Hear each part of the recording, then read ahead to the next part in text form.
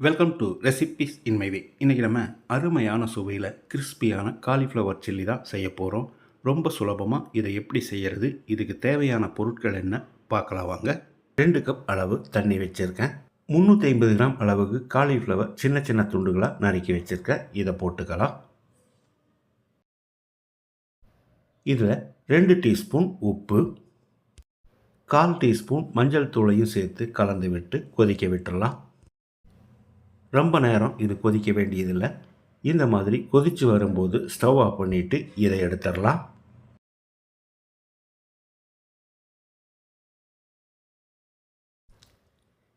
இது நல்லா ஆறட்டும்.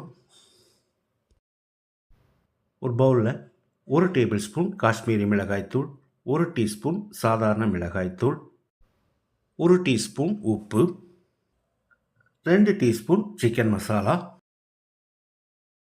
2 டீஸ்பூன் இஞ்சி பூண்டு விழுது, 4 டேபிள் ஸ்பூன் கார்ன்ஃப்ளோர்,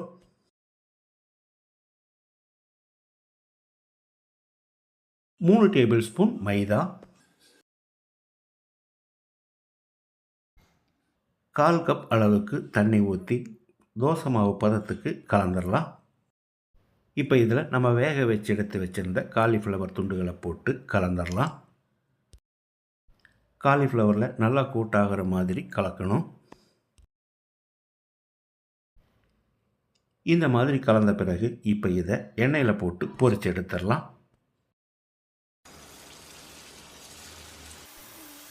வாணலியில் ஊற்றி இருக்கிற எண்ணெய்க்கு தகுந்த மாதிரி கொஞ்சம் கொஞ்சமாக போட்டு எடுத்துக்கலாம்.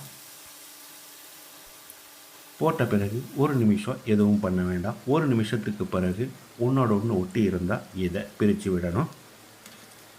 இந்த காலிஃப்ளவர் கிறிஸ்பியாக வேகிறதுக்கு ஒரு 5-6 நிமிஷம் பிடிக்கும். இடையில் ஒரு 2-3 தரம் கலந்து விடணும். எண்ணெயில் நுரை அடங்கி வர்ற இந்த ஸ்டேஜில் இதை எடுத்துடலாம். இது எந்த அளவுக்கு கிறிஸ்பியாக வெந்திருக்குதுன்னு பாருங்கள். மசாலா உதிராமல் அதே சமயம் ஒன்றோட ஒன்று ஒட்டாமையும் பிரமாதமாக வந்திருக்கு. மீதி இருக்கிறதையும் நான் இதே மாதிரி ஃப்ரை பண்ணி எடுத்து வச்சுருக்கேன்.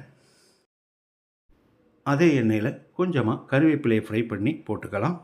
கிறிஸ்பியான இந்த காலிஃப்ளவர் சில்லியை இதே மாதிரி இதே அளவுகளோடு நீங்கள் செய்து பாருங்கள். இந்த வீடியோ பிடிச்சிருந்தா லைக் பண்ணுங்கள், கமெண்ட் பண்ணுங்கள், ஷேர் பண்ணுங்கள். சப்ஸ்கிரைப் பண்ணாதவங்க சப்ஸ்கிரைப் பண்ணுங்கள். மறக்காமல் பெல் பட்டனை கிளிக் பண்ணுங்கள்.